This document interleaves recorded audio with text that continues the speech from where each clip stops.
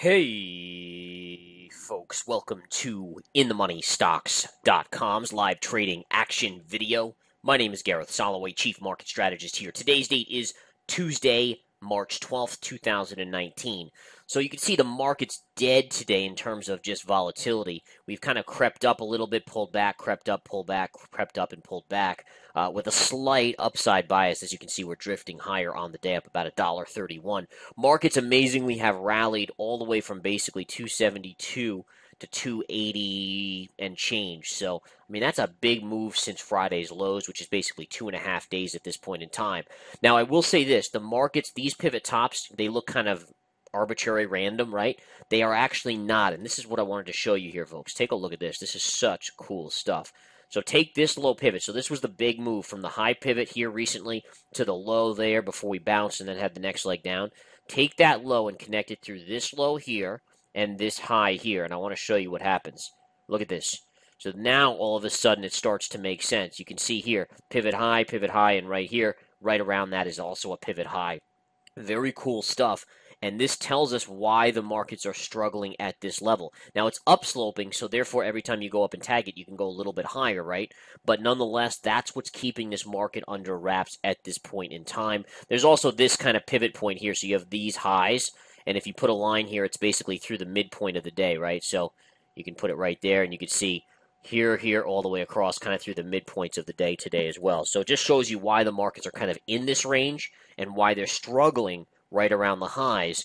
Yesterday to members in the daily analysis video, which is a video inside of the research center that I do every single day, I talked about this as a target level, and the likely scenario for today was going up to tag this trend line and kind of butt up against it until we, at some point, my guess is roll over a little bit. Now, again, when we roll over, it'll be interesting to see how deep of a roll we get.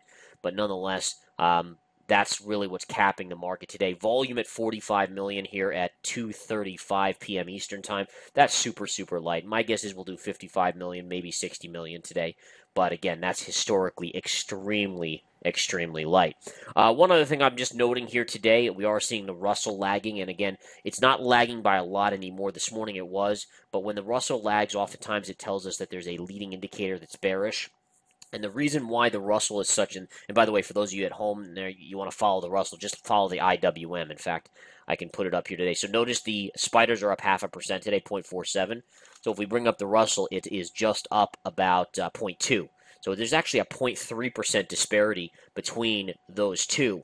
And the reason why you want to pay attention to the Russell is because the Russell's made up of small caps, which are the highest risk. So if you see the Russell starting to go down or weaker than the S&P, what it tells you is that money is coming out of the highest risk stocks. And then today, for instance, they're parking themselves in the lower risk. Apple would be a lower risk stock, obviously, being a big cap. Microsoft, Facebook, a lot of these plays out there are lower risk. So what that tells you is that people are starting to de-risk. And if that trend continues, eventually people start pulling out of even the large cap tech, which is still a little volatile, maybe going into industrials. If that starts to roll over, then people are really starting to exit the market at large portions.